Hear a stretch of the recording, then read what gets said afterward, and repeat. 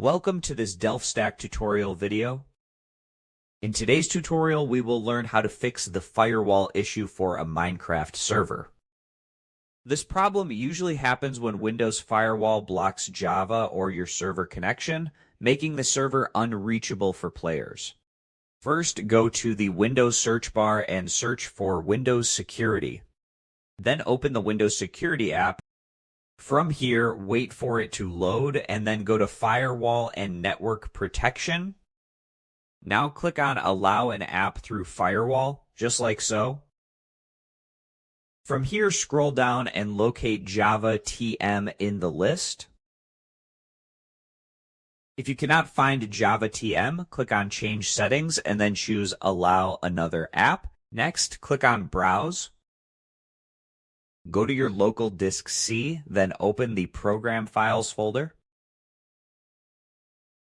From here, locate the Java folder and open your installed Java version. Then go to the bin folder, scroll down until you find Java, then click on it and choose Open.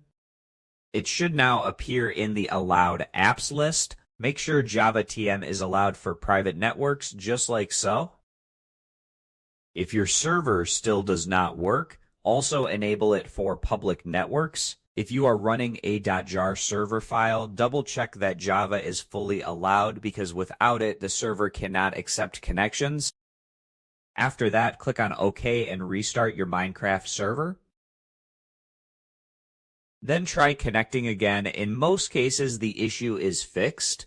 The simple rule is that if Windows Firewall blocks Java, your server will not be visible, but allowing Java fixes the connection.